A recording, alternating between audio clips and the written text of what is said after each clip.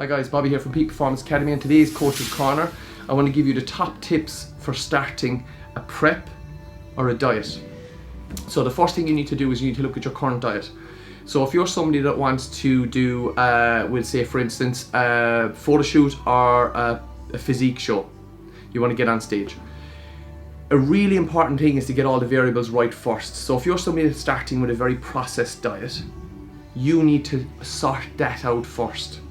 Because if you're eating a lot of fast foods, a lot of high calorie value foods and a lot of packety foods, and you're not eating really a wholesome diet, what you need to do is you need to sort that first. So there's a very, very good analogy used by Luke Lehman called prepping the prep. So you get ready a couple of months out before you actually go into your goal of prepping for photo shoot, physique, whatever. So that's tip number one, guys, is prep the prep.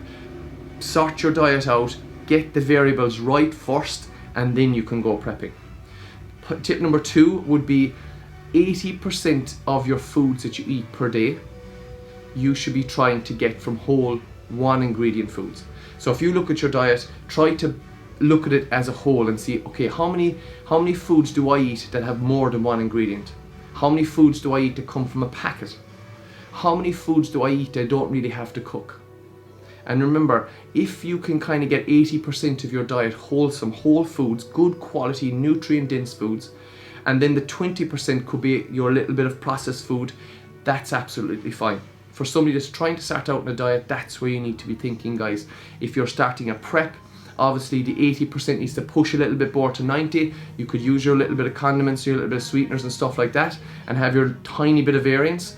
But to get to stage level, that variance needs to be very, very, very small, and at the later stages of prep, it needs to be minimal completely. But for your general population, guys, get 80% of your diet wholesome foods, and try to look at your diet as a whole and write it down. Okay, how much do I eat that comes out of a packet? How much do I eat that I don't have to cook? How much do I eat that have more than one ingredient? Okay, point number three would be, if you have to cook the food, it's going to be better for you. So if you have to go and make a stir fry, you have to chop up vegetables, you have to chop up some sort of protein, and you have to cook all this food. You can add in your spices, you can add in your bits and pieces. But that's the process of cooking. And normally when people go cooking, they will use one ingredient foods. They might make stews, soups, stir fries, whatever. But normally your diet then will consist more of wholesome foods. You're not opening packets and putting them in the microwave. I'm talking about physically cooking. It's really important. And if you look at that and you say, okay, how many times a week do I actually physically cook a dinner? Or am I using the microwave 80% of the time? So that's tip number three, guys.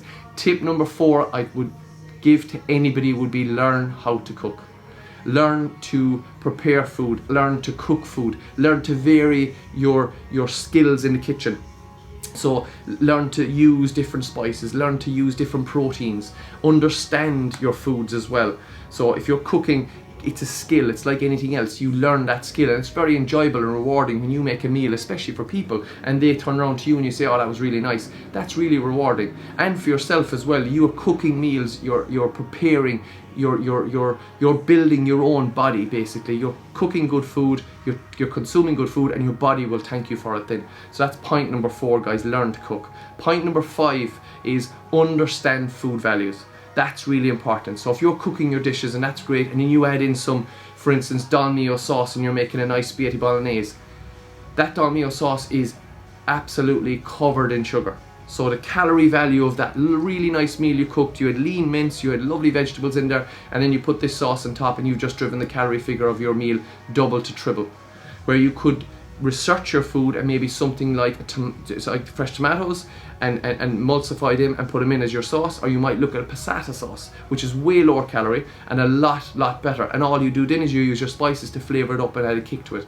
So simple dishes like that can be really good to a point, and then suddenly you ruin it by adding condiments and adding in very high calorie value sauces. So this tip I want to give you is make sure you educate yourself on the food value. What does this actually have as a value, energy value? So if it's a piece of salmon or a piece of chicken, what is the difference? And you can search this.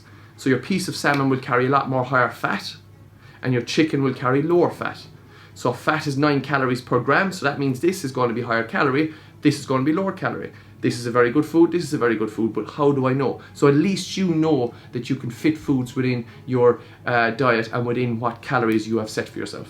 Again, all them, if you look at the salmon and chicken, 1 ingredient foods, very, very good foods for us. We just need to know how much value is in that actual food. So that's really important, guys, is understand the food value and what the energy level is in the food. And you could be cooking a lovely dish and not ruining it by adding in high calorie sauces, which is absolutely throwing your calories off for the day. And then you're always going to struggle to lose weight because you're not in a calorie deficit where you think you are, you actually aren't. Okay, guys, if you like what you hear, you find us on peakperformancekillarney.com, all our social media platforms, also on our YouTube channel, Peak Performance Academy. And you'll find us on our podcast, Reach Your Peak Podcast, which is updated on a weekly basis, guys. Please subscribe to all our pages, podcasts and YouTube channel, and leave a review. Will be hugely appreciated if you could. And again, anybody with any questions on anything you like, a topic that you want me to speak about, absolutely, just message Peak Performance Killarney, Peak Performance Academy, and we will 100%, I will get that on a video for you and I'll answer it to the best of my ability, guys. Okay, thanks for listening. We'll see you next week.